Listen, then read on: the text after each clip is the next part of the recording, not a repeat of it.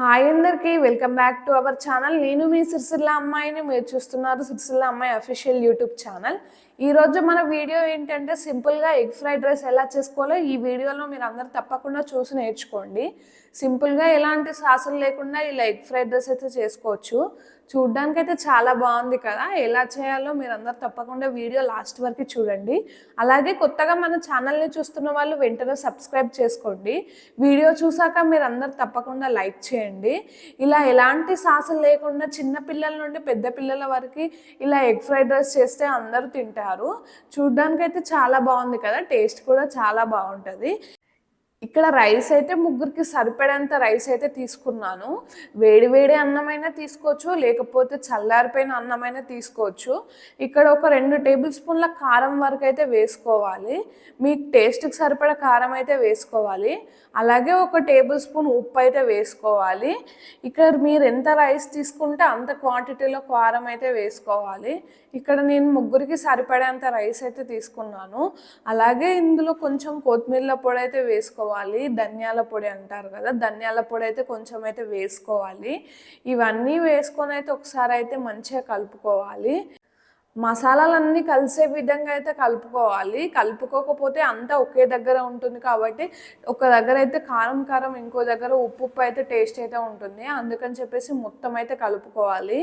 ఈ egg fried రైస్కి కావాల్సినవి అయితే ఇవన్నీ రెడీ చేసుకోవాలి.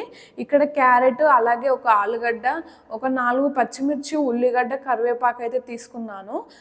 ఒక ప్యాన్ పెట్టుకొని అందులో కొంచెం ఆయిల్ అయితే వేసుకోవాలి. మరీ ఎక్కువగా ఆయిల్ అయితే వేసుకోకూడదు, ఎందుకంటే ముందుగా మనం అయితే ఎగ్స్ అయితే దీనిలో వేసుకోవాలి. ఇక్కడ నేనైతే ఒక 2 ఎగ్స్ అయితే వేసుకుంటున్నాను.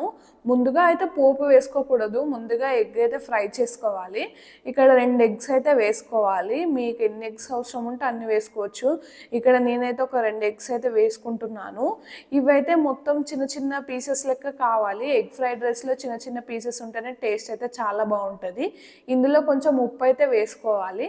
అలాగే కొంచెం కారం అయితే వేసుకోవాలి.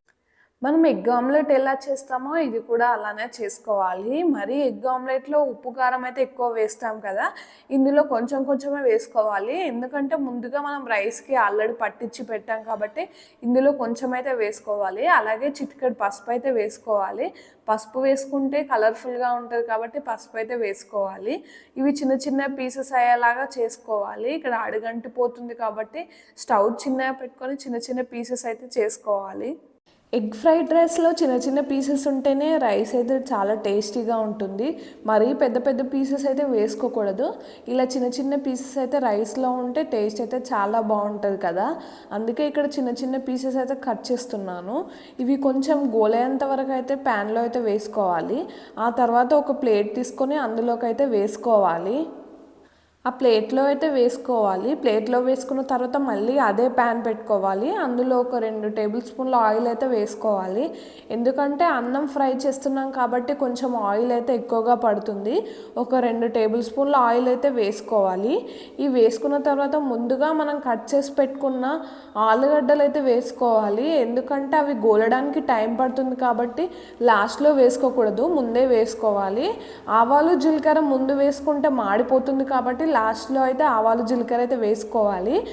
ఇలా ఆలుగడ్డ ముక్కలు అయితే వేసుకుంటే టేస్ట్ అయితే చాలా బాగుంటుంది. ఎగ్ ఫ్రైడ్ రైస్ కాకుండా నార్మల్గా పోపన్నం వేసుకున్నా కానీ ఇలా ఒక ఆలుగడ్డ ముక్కలు చిన్న చిన్నగా కట్ చేసుకొని వేసుకుంటే టేస్ట్ అయితే చాలా బాగుంటుంది. ఇక్కడ నేనైతే ఆలుగడ్డలు పూర్తిగా గోలిన తర్వాత ఇందులో క్యారెట్ అయితే వేసుకుంటున్నాను. ఎందుకంటే ఇవి గోలడానికి టైం పడుతుంది కాబట్టి ఆలుగడ్డలు గోలిన తర్వాత క్యారెట్ వేసుకున్నాను. అలాగే కొంచెం ఆవాలు జీలకర్ర అయితే ఇప్పుడైతే వేసుకోవాలి.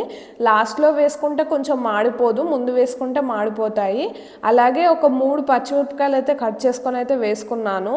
వీడియోలో చూపిస్తున్నట్టు మీరు కూడా చేసుకోండి, టేస్ట్ అయితే చాలా బాగుంటుంది. ఆ తర్వాత ఉల్లిగడ్డ అయితే వేసుకున్నాను. ఇవన్నీ మంచిగా గోలించుకోవాలి. ఇవన్నీ గోలిన తర్వాతనే రైస్ అయితే వేసుకోవాలి.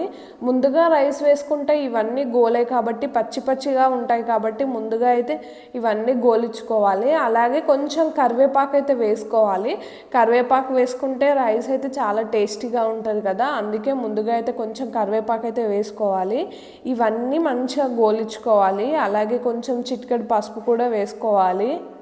ఇవన్నీ గోలిన తర్వాత కొంచెం పసుపు అయితే వేసుకోవాలి. ముందుగా అయితే వేసుకోకూడదు, ఎందుకంటే ఇవన్నీ మాడిపోతాయి.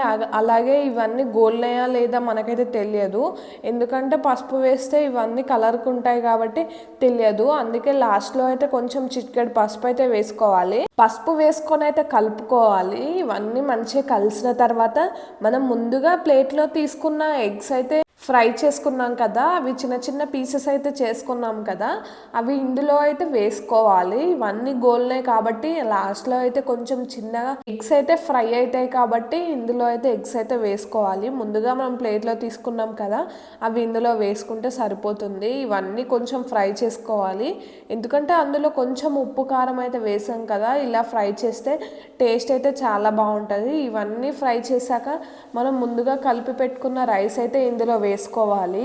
ఇలా కొంచెం కొంచెం రైస్ అయితే వేసుకోవాలి. కొంచెం రైస్ వేసుకున్న తర్వాత ఒకసారి కలుపుకోవాలి, ఎందుకంటే అడుగనేది మాడిపోతుంది కాబట్టి రైస్ ఒకేసారి వేసుకున్నాక కలుపుకోవడానికి ఇబ్బందిగా ఉంటుంది కాబట్టి ఇలా కొంచెం రైస్ వేసుకున్నాక ఒకసారి అయితే కలుపుకోవాలి.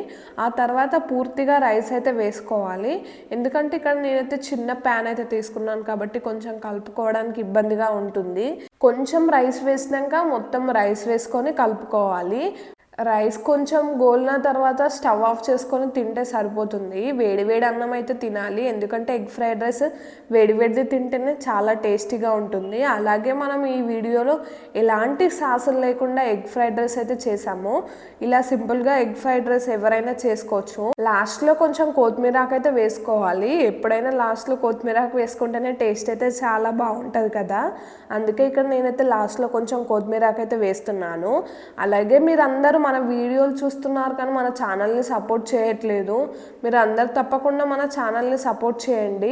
ఇలా వేడి వేడి అన్నం అయితే చిన్నపిల్లల నుండి పెద్దవాళ్ళ వరకు అయితే ఎవరైనా తినొచ్చు. ఇలా సింపుల్గా అయితే ఇంట్లో ఎగ్ ఫ్రైడ్ రైస్ అయితే చేసుకోవచ్చు. బయట రెస్టారెంట్ స్టైల్లో కావాలన్నా కూడా ఇలా చేసుకోవచ్చు. కొంచెం ఉప్పు కారం అయితే ఎక్కువగా వేసుకోవాలి.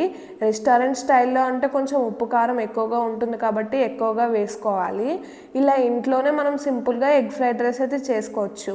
మన వీడియోలు చూసిన వాళ్ళందరూ తప్పకుండా మన ఛానల్ని సబ్స్క్రైబ్ చేయండి, అలాగే కామెంట్ చేయండి. మీరందరూ తప్పకుండా లైక్ చేయండి.